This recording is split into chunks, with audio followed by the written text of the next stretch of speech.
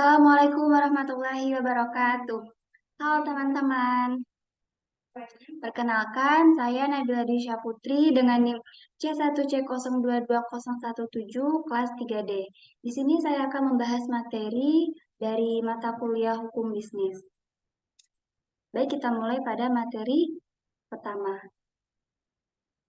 yaitu tentang merger, konsolidasi, akuisisi, dan kepailitan. Nah, di sini terdapat pada pokok pembahasan yang kedua, yaitu yang pertama itu dari tujuannya, pengertian, dan kelebihan dari merger, konsolidasian, akuisisi, dan pemisahan.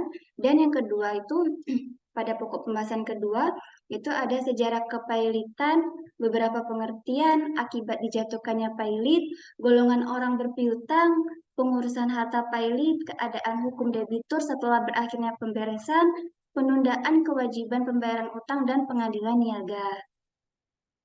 Kita masuk pada part 1, yaitu dari tujuan merger, konsolidasian, akuisisi, dan pemisahan. Itu tujuannya yang pertama itu membeli produk lain atau lainess untuk melengkapi produk lain dari perusahaan yang akan mengambil alih atau menghilangkan ketergantungan perusahaan tersebut pada produk lain atau servis lain yang ada pada saat ini. Tujuan yang kedua yaitu memperoleh akses teknologi baru atau yang lebih canggih, kemudian memperoleh pasar atau pelanggan baru dari perusahaan yang jadi objek MKA, kemudian memperoleh hak-hak pemasaran atau produksi dari perusahaan objek MKA, lalu ada memperoleh kepastian atas pasokan bahan baku dengan kualitas baik selama dipasok perusahaan MKA, kemudian melakukan investasi atas keuangan perusahaan yang berlebihan dan tidak terpakai, mengurangi dan menghambat persaingan, dan yang terakhir itu mempertahankan kontinuitas bisnis. Untuk pengertian dari merger, konsolidasian, dan akuisisi dan pemisahan. Nah, di sini merger itu adalah penggabungan dari dua atau lebih perusahaan dengan cara tetap melindungi berdirinya satu perusahaan dan melikuidasi perusahaan-perusahaan yang lain. Kalau untuk konsolidasi itu adalah penggabungan dari dua perusahaan atau lebih dengan cara mendirikan perusahaan baru dan melikuidasi perusahaan-perusahaan yang ada. Kalau untuk akuisisi itu adalah pengambil alihan kepemilikan suatu perusahaan, dan pemisahan. Pemisahan ini adalah perbuatan hukum yang dilakukan oleh perseroan untuk memisahkan usaha yang mengakibatkan seluruh aktiva dan pasifa perseroan itu beralih karena hukum kepada dua perseroan atau lebih sebagai aktiva dan pasifa dua atau lebih perseroan. Nah, di sini ada kelebihan dan kekurangan dari merger, konsolidasian, dan akuisisi pemisahan. Untuk kelebihan merger itu dia memakai nama perusahaan pengambil alih, biayanya lebih kecil dan tidak memerlukan surat izin usaha baru. Sedangkan kalau kekurangan dari merger itu dia akan menimbulkan polemik baru. Kalau untuk konsolidasi itu kelebihannya memakai nama perusahaan baru dan menghilangkan polemik dari masing-masing perusahaan.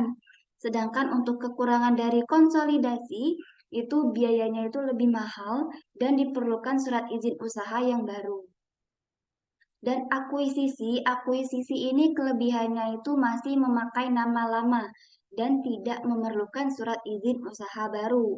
Sedangkan kekurangan dari akuisisi ini dia itu kurang efisien dan mudah terjadi duplikasi atau pemborosan dan kepemilikan perusahaannya itu berubah. Dan terakhir itu pemisahan. Kalau kelebihan dari pemisahan ini dia itu masih memakai nama lama dan baru di pola kedua. Tidak atau perlu surat izin usaha pola 2 dan tidak perlu program rasionalisasi pola 2. Sedangkan kekurangan pemisahan ini dia tidak memakai nama lama yaitu pola 1, kemudian perlu surat izin usaha pola 1 dan perlu program rasionalisasi pola 1. Nah, di sini ada sejarah kepailitan. Itu Pailit pada masa Hindia Belanda itu tidak dimasukkan ke dalam KUH dagang dan diatur dalam peraturan tersendiri ke dalam Faillismenvereniging sejak 1906 yang dahulu diperuntukkan bagi pedagang saja, tetapi kemudian dapat digunakan untuk golongan mana saja. Tahun 1997, ketika krisis ekonomi melanda Indonesia, di mana hampir seluruh sendi kehidupan perekonomian nasional itu rusak, termasuk dunia bisnis dan masalah keamanan investasi di Indonesia. Krisis tersebut membawa makna perubahan yang sangat penting bagi perkembangan peraturan kepailitan di Indonesia selanjutnya. Pada 1998, pemerintah itu mengeluarkan Undang-Undang Nomor 4 Tahun 1998 tentang kepailitan yang merupakan pertama, perbaikan terhadap Faillismenvereniging 1996, kedua, adanya penambahan pasal yang mengatur tentang penundaan kewajiban pembayaran utang, dan yang ketiga itu mengenal istilah pengadilan niaga di luar pengadilan umum untuk menyelesaikan sengketa bisnis. Pada tahun 2004, pemerintah mengeluarkan lagi Undang-Undang Nomor 37 tentang kepailitan dan penundaan kewajiban pembayaran utang yang didasarkan pada beberapa asas, yaitu asas keseimbangan, asas kelangsungan usaha, asas keadilan, dan asas integrasi. Kemudian untuk beberapa pengertian, untuk pengertian kepailitan ini adalah sita umum atas semua kekayaan debitur pailit yang pengurusan dan pemberesannya dilakukan oleh kurator di bawah pengawasan hakim, pengawas sebagaimana diatur dalam Undang-Undang Nomor 37 Tahun 2004. Tujuan dari pernyataan pailit ini untuk mendapatkan suatu penyitaan umum atas kekayaan debitur untuk kepentingan semua orang yang mengutanginya. Kemudian akibat dijatuhkannya pailit. Yang pertama itu debitur akan kehilangan atas segala haknya untuk menguasai dan mengurus atas kekayaan harta benda. Utang-utang baru tidak lagi dijamin oleh kekayaan. Utang melindungi kepentingan debitur, dan yang terakhir itu harus diumumkan di 2 surat kabar. Nah, ada golongan orang berpiutang. Di sini ada 2 golongan. Untuk golongan yang pertama itu golongan separatisan, yaitu kredit pemegang gadai, jaminan, atau hak atas kebendaan lainnya. Kalau golongan kedua itu golongan dengan hak privilege, yaitu orang-orang yang mempunyai tagihan yang diberikan kedudukan istimewa. Kemudian ada pengurusan harta pailit. Ini ada 3, yaitu hakim pengawas, kurator, dan panitia kreditur. Lalu ada keadaan hukum debitur setelah berakhirnya pemberesan. Setelah daftar pembagian penutup menjadi mengikat, maka kreditur memperoleh kembali hak eksekusi terhadap harta debitur mengenai piutang mereka yang belum dibayar. Kemudian ada penundaan kewajiban pembayaran utang.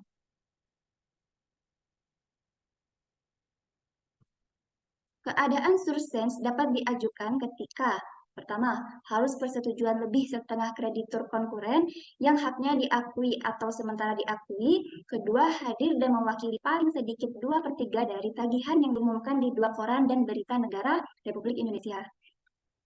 Lalu ada pengadilan niaga. Nah, untuk tugas dan fungsi dari pengadilan niaga yaitu dia memeriksa dan memutuskan permohonan pernyataan pailit dan penundaan kewajiban pembayaran utang, kemudian berwenang memeriksa dan memutuskan perkara lain di bidang perniagaan, dan prosedur yang diterapkan lebih cepat dalam hal perkara selesai dalam 30 hari, tidak ada banding, dan dimungkinkan diajukan peninjauan kembali atau PK. Kemudian kita masuk pada materi yang kedua, yaitu paten yang disusun oleh kelompok 3. Di sini pertama yaitu ada ruang lingkup paten. Pengertian paten di sini yaitu menurut Undang-Undang Nomor 14 Tahun 2001 adalah hak eksekutif yang diberikan negara kepada penemu di bidang teknologi selama waktu tertentu. melaksanakan sendiri investasinya atau memberikan persetujuan kepada orang lain untuk melaksanakannya. Dalam hal ini, pemegang paten adalah penemu sebagai pemilik paten. Pendaftaran paten adalah wajib bagi investor.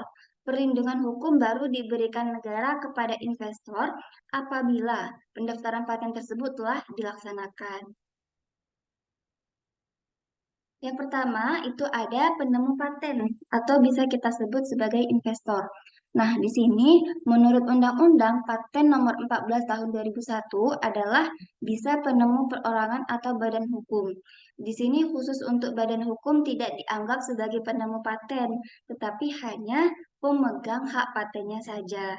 Yang mana pemegang paten itu penemu sebagai pemilik paten, penerima hak dari pemilik paten, dan penerima lebih lanjut dari penerima hak. Yang kedua ada penemuan yang dapat diberikan paten. Menurut pasal 2 dan 3 Undang-Undang Nomor 14 Tahun 2001, penemuan yang bisa diberikan paten harus memenuhi kriteria. Yang pertama, itu dia penemuan baru, mengandung langkah inventif, dan dapat diterapkan dalam bidang industri. Yang ketiga, itu penemuan yang tidak dapat diberikan paten. Menurut pasal 7 Undang-Undang Nomor 14 Tahun 2001, penemuan yang tidak diberikan paten yaitu yang pertama, proses atau hasil produksi yang bertentangan dengan Undang-Undang Ketertiban Umum, Agama atau Kesusilaan. Kedua, metode pemeriksaan, perawatan, pengobatan, dan pembedahan. Lalu teori metode bidang ilmu pengetahuan atau semua makhluk hidup kecuali jasad klinik. Dan yang terakhir itu proses biologis yang esensial kecuali proses non-biologis atau proses mikrobiologis. Yang keempat, penemuan tidak dianggap telah ditemukan. Nah, menurut pasal 4 Undang-Undang Nomor 14 Tahun 2001, penemuan yang tidak dianggap telah diumumkan jika 6 bulan sebelum permintaan paten diajukan. Yang pertama, penemuan tersebut dipertunjukkan dalam suatu pameran internasional di Indonesia atau di luar negeri yang resmi. Yang kedua itu dia diakui secara resmi. Ketiga, dalam suatu pameran nasional di Indonesia yang resmi atau diakui sebagai resmi. Dan yang terakhir, penemuan dalam rangka percobaan dengan tujuan penelitian dan pengembangan. Kemudian yang kelima ini ada jangka waktu paten. Menurut ketentuan Undang-Undang Nomor 14 Tahun 2001, jangka waktu berlakunya suatu paten itu paten dapat diberikan untuk jangka waktu 20 tahun sejak tanggal penerimaan dan tidak dapat diperpanjang lagi. Dan untuk paten sederhana itu jangka waktunya adalah 10 tahun sejak tanggal penerimaan dan tidak dapat diperpanjang lagi. Kemudian ada permohonan paten. Nah, untuk permohonan paten ini dia diatur dalam pasal 20 sampai pasal 41 Undang-Undang Nomor 14 Tahun 2001. Kemudian ada pengalihan dan lisensi paten. Di Indonesia, pemegang paten itu wajib melaksanakan, namun tetap diberikan pengecualian jika pelaksanaan paten tersebut secara ekonomi hanya layak bila dibuat dengan skala regional yang disetujui Direktorat Jenderal Paten Departemen Hukum dan HAM. Pasal 66 sampai dengan pasal 87 Undang-Undang Nomor 14 Tahun 2001 mengatur tentang pengalihan dan lisensi paten.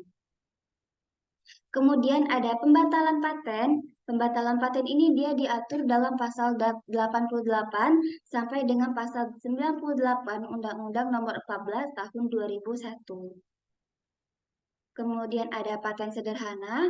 Nah, badan sederhana diatur dalam pasal 104 sampai dengan pasal 109 Undang-Undang Nomor 14 Tahun 2001 yang dapat diberikan paten sederhana, yaitu hanya untuk investasi berupa produk kasat mata yang memiliki kualitas sederhana, permohonan pemeriksaan substantif, dan yang ketiga itu, dan yang terakhir itu paten sederhana tidak dapat dimintakan lisensi wajib. Kemudian ada PCT dan TRIPS. Patent Compression 3D atau PCT adalah traktat internasional kerjasama paten yang bertujuan untuk melaksanakan kemajuan ilmu pengetahuan dan teknologi, perlindungan hukum terhadap setiap investasi. Kemudian kita masuk pada yang ketiga, yaitu materi dari kelompok 4 tentang merek dan indikasi geografis. Nah, di sini ada ruang lingkup dari merek. Merek atau mark dalam bahasa Belanda atau brand dalam bahasa Inggris diatur dalam Undang-Undang Nomor 15 Tahun 2001 yang merupakan perbaikan dan penyempurnaan dari Undang-Undang Nomor 14 Tahun 1997 dan Undang-Undang Nomor 19 Tahun 1992. Penyempurnaan dari undang-undang sebelumnya yang menonjol antara lain menyangkut proses penyelesaian permohonan berkenaan dengan hak prioritas perlindungan terhadap merek dagang dan merek jasa dan perlindungan terhadap indikasi geografis, selain perlindungan terhadap indikasi asal. Untuk pengertian merek di sini, kalau menurut pasal 1 Undang-Undang Nomor 15 Tahun 2001 itu kita bisa sebut merek atau merek dagang, merek jasa, dan merek kolektif. Kemudian ada hak merek. Hak merek ini adalah hak eksklusif yang diberikan negara kepada pemilik merek yang terdaftar dalam daftar umum merek untuk jangka waktu tertentu, memakai sendiri merek tertentu atau memberi izin kepada seseorang atau beberapa orang secara bersama-sama dan atau badan hukum untuk menggunakannya. Ini terdapat pada pasal 3. Nah, kemudian ada permohonan untuk pendaftaran merek. Penolakan permohonan pendaftaran merek itu menurut pasal 5 Undang-Undang Nomor 15 Tahun 2001. Merek tidak dapat didaftar apabila merek-merek tersebut mengandung salah satu unsur, yaitu bertentangan dengan peraturan dan perundang-undangan yang berlaku moralitas agama, kesusilaan, atau ketertiban umum, tidak memiliki daya pembeda, telah memiliki atau telah menjadi milik umum dan merupakan keterangan atau berkaitan dengan barang atau jasa yang dimohonkan. Kemudian ada syarat dan tata cara permohonan merek.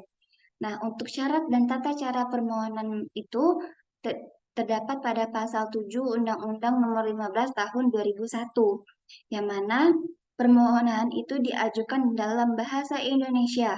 Untuk merek bahasa asing atau di dalamnya terdapat huruf selain huruf Latin, wajib disertai terjemahannya dalam bahasa Indonesia. Yang kedua itu permohonan ditandatangani pemohon atau kuasanya dengan dilampiri bukti pembayaran biaya. Lalu permohonan untuk 2 kelas barang atau lebih dan atau jasa dapat diajukan dalam satu permohonan yang diatur dengan peraturan pemerintah, dan permohonan pendaftaran merek dengan hak prioritas pemohon harus diajukan dalam jangka waktu 6 bulan terhitung sejak tanggal penerimaan permohonan pendaftaran merek yang pertama kali diterima di negara lain yang merupakan anggota WTO.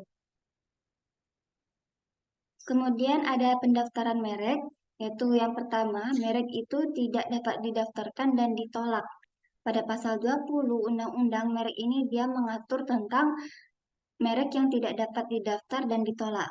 Merek tidak dapat didaftar jika bertentangan dengan ideologi negara, peraturan perundang-undangan, moralitas, agama, kesusilaan, atau ketertiban umum. Ketentuan yang mengatur tentang merek yang tidak didaftarkan dan merek yang ditolak selanjutnya adalah pasal 21 Undang-Undang Merek dan pasal 22 Undang-Undang Merek. Kemudian yang kedua itu ada pemeriksaan substantif merek. Pemeriksaan substantif merupakan pemeriksaan yang dilakukan oleh pemeriksa terhadap permohonan pendaftaran merek. Segala keberatan atau sanggahan sebagaimana dimaksud dalam pasal 16 dan pasal 17 menjadi pertimbangan dalam pemeriksaan substantif. Yang ketiga itu perbaikan sertifikat, yaitu yang mana ini dia diatur dalam pasal 27 Undang-Undang Merek. Pemilik merek terdaftar atau kuasanya itu dapat mengajukan permohonan perbaikan secara tertulis kepada Menteri dalam hal terdapat kesalahan sertifikat merek sebagaimana dimaksud dalam pasal 25 tanpa dikenai biaya. Dalam hal kesalahan sertifikat merek itu disebabkan oleh kesalahan pemohon dalam mengajukan permohonan pendaftaran merek, perbaikan sertifikat merek akan dikenai biaya. Kemudian yang keempat itu ada permohonan banding. Permohonan banding diajukan secara tertulis oleh pemohon atau kuasanya kepada Komisi Banding Merek dengan tembusan yang disampaikan kepada Menteri dengan dikenai biaya. Permohonan banding ini dia diajukan dengan menguraikan secara lengkap keberatan serta alasan terhadap penolakan permohonan. Kemudian yang kelima itu ada Komisi Banding Merek. Pasal 33 Undang-Undang Merek ini dia mengatur tentang Komisi Banding Merek. Komisi Banding Merek ini dia terdiri atas seorang ketua merangkap anggota, seorang wakil ketua merangkap anggota, ahli di bidang merek sebagai anggota, dan pemeriksa senior sebagai anggota. Pasal 34 Undang-Undang Merek ini dia menyatakan ketentuan lebih lanjut mengenal syarat dan tata cara pengangkatan anggota, susunan organisasi, tugas dan fungsi Komisi Banding Merek itu diatur dengan peraturan pemerintah. Yang keenam, jangka waktu perlindungan dan perpajakan. Ini dia itu diatur dalam pasal 35 Undang-Undang Merek. Nah, merek terdaftar mendapat perlindungan hukum untuk jangka waktu 10 tahun sejak tanggal penerimaan. Jangka waktu perlindungan itu dapat diperpanjang untuk jangka waktu yang sama. Kemudian ada pengalihan hak dan lisensi. Pengalihan hak itu dia diatur dalam pasal 41 Undang-Undang Merek. Hak atas merek itu terdaftar dapat beralih atau dialihkan karena pewarisan, wasiat, wakaf, hibah, perjanjian, atau sebab lain yang dibenarkan oleh peraturan perundang-undangan. Ketentuan yang mengatur lisensi selanjutnya itu ada di pasal 43 Undang-Undang Merek dan pasal 45 Merek. Kemudian untuk lisensi ini dia itu diatur dalam pasal 42 Undang-Undang Merek. Pemilik merek terdaftar dapat memberikan lisensi kepada pihak lain untuk menggunakan merek tersebut, baik sebagian maupun seluruh jenis barang ataupun jasa. Kemudian ada merek kolektif. Untuk merek kolektif ini dia itu diatur dalam pasal 46 Undang-Undang Merek, yang mana pendaftaran merek ini sebagai merek kolektif hanya dapat diterima jika dalam permohonan dengan jelas dinyatakan bahwa merek tersebut dapat digunakan sebagai merek kolektif. Lalu ada permohonan pendaftaran merek internasional. Permohonan pendaftaran merek internasional itu dapat berupa permohonan yang berasal dari Indonesia, ditujukan ke Biro Internasional melalui Menteri, atau permohonan yang ditujukan ke Indonesia sebagai salah satu negara tujuan yang diterima oleh Menteri dari Biro Internasional. Ini tuh dia diatur dalam pasal 52 Undang-Undang. Kemudian ada indikasi geografis. Indikasi geografis diatur dalam pasal 53 Undang-Undang Merek, yang mana indikasi geografis ini itu dia dilindungi setelah indikasi geografis didaftar oleh Menteri. PEMPON merupakan lembaga yang memiliki masyarakat di wilayah geografis tertentu yang mengusahakan suatu barang dan produk berupa sumber daya alam, barang kerajinan tangan, atau hal industri dan pemohon yang merupakan pemerintah daerah provinsi atau kabupaten kota. Dalam indikasi geografis itu terdapat pendaftarannya, yang mana pendaftaran indikasi geografis itu ada di pasal 56 Undang-Undang Merek. Permohonan geografis tidak dapat didaftarkan jika bertentangan dengan ideologi negara, peraturan perundang-undangan, moralitas, agama, kesusilaan, dan ketertiban umum. Pasal 57 Undang-Undang Merek ini dia mengatur bahwa terhadap penolakan dapat dimintakan banding kepada Komisi Banding Merek. Yang kedua itu dia pemeriksaan substantif. Pasal 58 Undang-Undang Merek ini dia mengatur tentang pemeriksaan substantif. Ketentuan mengenai pemeriksaan substantif merek sebagaimana dimaksud dalam pasal 23 sampai dengan pasal 26 berlaku secara mutandis bagi pemeriksaan substantif. Kemudian ketiga, jangka waktu perlindungan dan perpanjangan. Ini dia diatur dalam pasal 61 Undang-Undang Merek, yang mana indikasi geografis dilindungi selama terjaganya reputasi, kualitas, dan karakteristik yang menjadi dasar diberikannya perlindungan indikasi geografis pada suatu bidang. Yang keempat ada indikasi asal. Indikasi asal ini dia diatur dalam pasal 63 Undang-Undang Merek. Indikasi asal itu dilindungi tanpa melalui kewajiban pendaftaran atau secara deklaratif sebagai tanda asal suatu barang jasa yang benar dan dipakai dalam perdagangan. Kemudian yang kelima itu ada pelanggaran atas indikasi geografis. Ini dia diatur dalam pasal 66 Undang-Undang Merek, yang mana mencakup pemakaian indikasi geografis baik secara langsung maupun tidak langsung atas barang dan atau produk yang tidak memenuhi dokumen deskripsi indikasi geografis. Pasal 55 Undang-Undang Merek juga mengatur bahwa indikasi geografis itu dapat didaftarkan berdasarkan perjanjian internasional. Kemudian yang keenam ada gugatan, yaitu gugatan ini dia diatur dalam pasal 67 Undang-Undang Merek. Terhadap pelanggaran sebagaimana dimaksud dalam pasal 66 dapat diajukan gugatan. Pembatalan dan pencoretan pendaftaran merek diberitahukan secara tertulis kepada pemilik merek atau kuasanya dengan menyebutkan alasannya. Pembatalan dan pencoretan merek dicatat dan dituliskan dalam berita resmi merek. Kemudian ada pembinaan dan pengawasan indikasi geografis. Pada pasal 70 Undang-Undang Merek ini dia itu mengatur tentang pembinaan dan pengawasan indikasi geografis. Pembinaan indikasi geografis dilakukan oleh pemerintah pusat atau pemerintah daerah sesuai dengan kewenangannya. Pada pasal 71 Undang-Undang Merek, ini dia mengatur tentang pengawasan. Pengawasan ini dapat pula dilakukan oleh masyarakat. Pengawasan dilakukan untuk menjamin tetap adanya reputasi, kualitas, dan karakteristik yang menjadi dasar diterbitkan indikasi geografis dan untuk mencegah penggunaan indikasi geografis secara tidak sah. Kemudian ada penghapusan dan pembatalan pendaftaran merek. Yang pertama itu penghapusan. Yang mana penghapusan ini dia terdapat pada pasal 72 Undang-Undang Merek. Permohonan penghapusan itu dapat diajukan oleh pemilik merek atau kuasanya baik untuk sebagian atau untuk seluruh jenis barang atau jasa.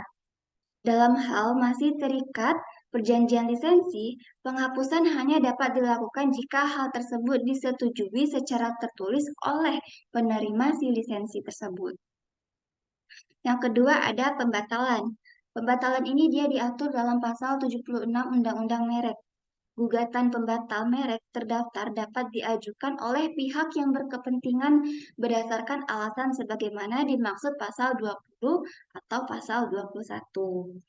Kemudian pasal 77 Undang-Undang Merek ini juga dia mengatur gugatan pembatalan pendaftaran merek hanya dapat diajukan dalam jangka waktu 5 tahun terhitung sejak waktu pendaftaran merek tersebut. Kemudian sistem jaringan dokumentasi dan informasi merek dan indikasi geografis. Pasal 80 Undang-Undang Merek ini dia mengatur tentang sistem jaringan dokumentasi dan informasi merek dan indikasi geografis. Sebagaimana dimaksud dalam pasal 80 diselenggarakan melalui sarana elektronik dan non-elektronik yang dapat diakses secara nasional dan internasional. Kemudian ada penyelesaian sengketa. Di sini dalam penyelesaian sengketa yang pertama itu gugatan atas pelanggaran merek. Pemilik merek terdaftar dapat mengajukan gugatan terhadap pihak lain yang cara tanpa hak menggunakan merek yang mempunyai persamaan pada pokoknya atau keseluruhannya untuk barang jasa sejenis berupa gugatan dan penghentian semua perbuatan yang berkaitan dengan penggunaan merek tersebut. Yang kedua itu tata cara gugatan di pengadilan niaga, yaitu pasal Undang-Undang Merek ini dia mengatur tentang tata cara gugatan di pengadilan niaga. Gugatan sebagaimana dimaksud dalam pasal 30 ayat 3, pasal 68, pasal 74, dan pasal 76 diajukan kepada Ketua Pengadilan Niaga Wilayah Hukum tempat tinggal. Kemudian ketiga ada kasasi. yang mana diatur dalam pasal 88 Undang-Undang Merek yang diajukan paling lama 14 hari setelah putusan yang dimohonkan kasasi itu diucapkan atau diberitahukan kepada para pihak dengan mendaftarkan kepada panitera pada pengadilan niaga yang telah memutuskan gugatan. Kemudian keempat, itu ada tata cara pelaksanaan putusan, yang mana ketentuan lebih lanjut mengenai pelaksanaan pembatalan dan penghapusan oleh Menteri sebagaimana dimaksud dalam pasal 72 sampai dengan pasal 75 diatur dengan peraturan pemerintah. Yang kelima ada alternatif penyelesaian sengketa, yang mana ini dia diatur dalam pasal 93 Undang-Undang Merek. Selain penyelesaian gugatan sebagaimana dimaksud dalam pasal 83, para pihak itu dapat menyelesaikan sengketa melalui arbitrase atau alternatif penyelesaian sengketa. Yang keenam ada penetapan sementara pengadilan. Berdasarkan bukti permulaan yang cukup, pemilik merek terdaftar yang haknya dirugikan dapat meminta hakim pengadilan niaga untuk menerbitkan surat penetapan sementara tentang pencegahan masuknya barang yang diduga hasil pelanggaran hak atas merek ke jalur perdagangan, penyimpanan alat bukti yang berkaitan dengan pelanggaran hak atas merek tersebut, pengamanan dan pencegahan hilangnya barang bukti oleh pelanggar, dan penghentian pelanggaran guna mencegah kerugian yang lebih besar. Kemudian yang ketujuh ada penyidikan. Penyidikan ini dia diatur dalam pasal 99 Undang-Undang Merek. Penyidik berwenang melakukan pemeriksaan atas kebenaran laporan atau keterangan berkenaan dengan tindak pidana di bidang merek. Pemeriksaan terhadap orang yang diduga melakukan tindak pidana di bidang merek, permintaan keterangan dan barang bukti dari orang sehubungan dengan tindak pidana di bidang bermerek, pemeriksaan atas pembukuan, pencatatan, dan dokumen lain yang berkenaan dengan tindak pidana di bidang merek, penggeledahan, dan pemeriksaan di tempat yang diduga barang bukti, pembukuan, pencatatan, dan dokumen lain yang berkenaan dengan tindak pidana di bidang merek serta penyitaan. Kemudian untuk ketentuan pidana. Nah, di sini pihak lain yang secara tanpa hak menggunakan merek yang mempunyai persamaan pada pokoknya atau keseluruhannya untuk barang atau jasa yang sejenis tersebut juga dapat kita mintai pertanggungjawaban secara pidana sebagaimana diatur dalam pasal 100 ayat 1 dan 2 Undang-Undang 20 tahun 2016 sebagai berikut. Dalam pasal ayat 1, dia itu berbunyi, setiap orang yang dengan tanpa hak menggunakan merek yang sama pada keseluruhannya dengan merek terdaftar milik pihak lain untuk barang atau jasa sejenis yang diproduksi atau diperdagangkan, dipidana dengan pidana penjara paling lama 5 tahun dan denda paling banyak 2 miliar rupiah. Dan untuk ayat 2 yang berbunyi, setiap orang dengan tanpa hak menggunakan merek yang mempunyai persamaan pada pokoknya dengan merek terdaftar milik pihak lain untuk barang atau jasa sejenis yang diproduksi atau diperdagangkan, dipidana dengan pidana penjara paling lama 4 tahun dan denda paling banyak 2 miliar rupiah. Kemudian kita masuk pada pembahasan materi selanjutnya yaitu hak cipta yang disusun oleh kelompok 7. Di sini kita masuk pada ruang lingkup hak cipta. Pada ruang lingkup hak cipta itu terdapat pengertian dari hak cipta itu sendiri. Nah, untuk hak cipta itu adalah hak eksklusif yang hanya dimiliki oleh pencipta atau pemegang hak cipta untuk mengatur penggunaan hasil karya atau hasil olah gagasan atau informasi tersebut. Kemudian pemegang hak cipta itu adalah pihak yang menerima hak secara sah dari pencipta atau pihak lain yang menerima lebih lanjut hak dari pihak yang menerima hak tersebut secara sah. Kemudian ada karya kolektif. Karya kolektif ini dapat didefinisikan sebagai sebuah karya seperti terbitan majalah, antologi, atau ensiklopedia yang di dalamnya itu terdapat sejumlah kontribusi dan merupakan karya tersendiri dan independen. Kemudian ada penggadaan. Penggadaan ini adalah proses, perbuatan, atau cara menggadaikan satu salinan ciptaan dan atau fonogram atau lebih dengan cara dalam bentuk apapun secara permanen atau sementara. Yang keenam ada fiksasi. Fiksasi ini memiliki pengertian seperti perekaman suara yang dapat didengar, perekaman gambar atau keduanya yang dapat dilihat, didengar, digandakan, atau dikomunikasikan melalui perangkat apapun. Kemudian ada fonogram. Fonogram ini adalah fiksasi suara pertunjukan suatu suara lainnya yang tidak termasuk bentuk fiksasi, yang tergabung dalam sinematografi atau ciptaan audiovisual lainnya. Kemudian ada royalti. Royalti ini adalah imbalan atas pemanfaatan hak ekonomi suatu ciptaan atau produk hak terkait yang diterima oleh pencipta atau pemilik hak terkait. Lalu ada lembaga manajemen kolektif, ini adalah institusi yang berbentuk badan hukum nirlaba yang diberi kuasa oleh pencipta, pemegang hak cipta, dan atau pemilik hak terkait. Kemudian ada pembajakan. Pembajakan ini adalah penggadaan ciptaan atau produk hak terkait secara tidak sah dan pendistribusian barang hasil penggadaan dimaksud secara luas untuk memperoleh keuntungan ekonomi. Kemudian yang terakhir itu ada penggunaan secara komersial.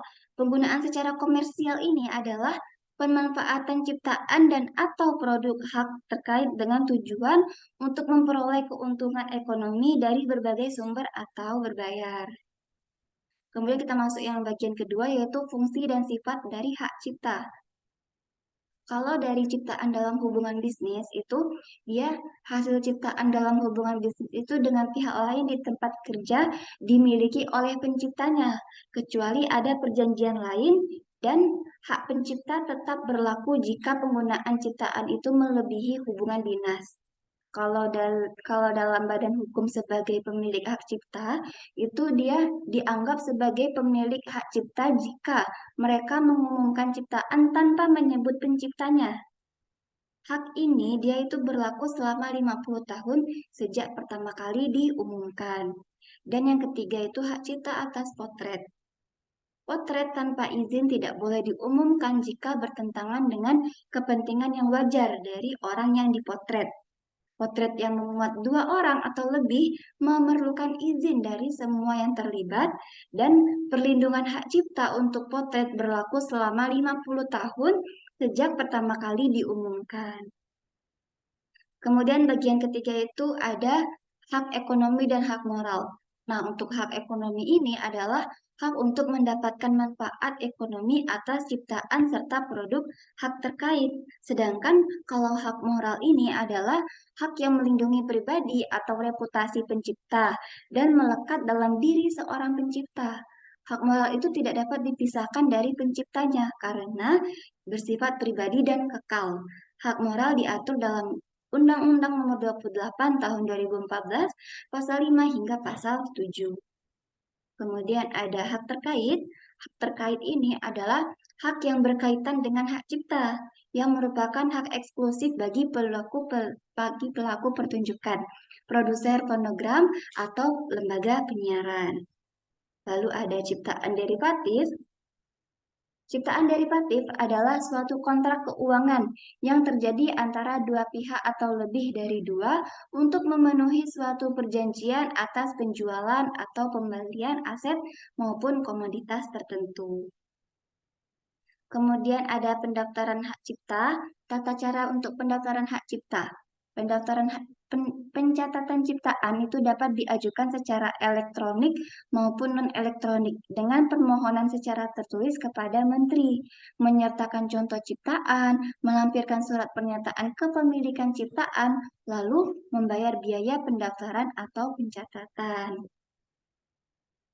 Untuk pendaftaran hak cipta melalui sistem elektronik. Yang pertama itu kita masuk ke situs hakcipta.git.go.id, lalu kita lakukan registrasi akun, kita lengkapi data-data untuk mendapatkan password dan username, kemudian kita login menggunakan username dan password yang telah diterima melalui email yang didaftarkan tadi, kemudian pilih pengajuan pencatatan digital, lalu isi seluruh formulir sesuai dengan data-data yang kita miliki, kemudian unggah data pendukung yang diperlukan, lalu lakukan pembayaran PNBP, kemudian DJKI akan melakukan verifikasi, kemudian pencatatan ciptaan itu disetujui dan surat pencatatan ciptaan dapat kita cetak. Kemudian ada lisensi dan lisensi wajib. Untuk lisensi ini adalah pemberian izin atau penyerahan hak atau sesuatu dari satu pihak ke pihak lainnya untuk melakukan produksi atas suatu produk atau jasa tertentu yang sebelumnya telah dipatenkan oleh yang menciptanya pertama kali. Sedangkan kalau pada lisensi wajib itu dia merupakan lisensi untuk melaksanakan paten yang dilaksanakan atas dasar keputusan menteri. Permohonan dan pemberian lisensi wajib diatur pada Peraturan Menteri Hukum dan HAM Nomor 30 Tahun 2019 tentang tata cara pemberian lisensi wajib paten. Permenkumham 30 Tahun 2019 dan perubahannya pada Peraturan Menteri Hukum dan HAM Nomor 14 Tahun 2021 yaitu di Permenkumham 14 Tahun 2021. Kemudian ada pelanggaran hak cipta. Nah, untuk yang pertama itu masalah pembuktian dalam pelanggaran hak cipta. Yang pertama ada plagiarisme sulit dibuktikan secara langsung, lalu ada pelanggaran hak cipta sering terjadi dalam dua tahap, yaitu dia peniruan dan ketidakizinan. Lalu yang kedua, doktrin pemakaian yang layak atau fair use. Seperti contoh di Amerika Serikat, doktrin fair use itu digunakan untuk tidak mengategorikan sebagai pelanggaran hak cipta. Beberapa variabel digunakan untuk menentukan fair use, termasuk tujuan pemakaian, sifat karya hak cipta, porsi yang ditiru, pengaruh ekonomis, dan alasan terdakwa. Kemudian yang ketiga, sifat pekerjaan dalam doktrin of fair use. Faktor ekonomi dan potensi pengaruh ekonomi menjadi penentu dalam doktrin fair use. Yang kedua, hubungan sifat pekerjaan dengan faktor ekonomi akan mempengaruhi penentuan fair use. Kemudian ada ketentuan pidana. Nah, di sini untuk ketentuan pidana itu dia merujuk pada aturan hukum yang mengatur sanksi atau hukuman yang akan dikenakan kepada seseorang yang terbukti melakukan tindak pidana. Nah, di sini ada jenis hukumannya. Jenis hukuman dari pidana itu penjara, denda, hukuman mati, dan pembebasan bersyarat. Kalau untuk unsur pidana itu ada unsur perbuatan, unsur subjektif. Ini misalnya kayak seperti kesalahan atau kesengajaan, dan unsur objektif misalnya kerugian atau bahasa yang timbul. Dan yang terakhir ada jenis pidana. Kalau jenis pidana ini dia terdapat pidana pokok yang mana pidana pokok ini pidana seperti penjara, denda, dan lain-lain, dan pidana tambahan ini seperti pengawasan, pembatalan izin, dan lain-lain. Nah, itulah materi yang dapat saya sampaikan. Sekian dari saya, apabila banyak salahnya saya minta maaf. Terima kasih. Wassalamualaikum warahmatullahi wabarakatuh.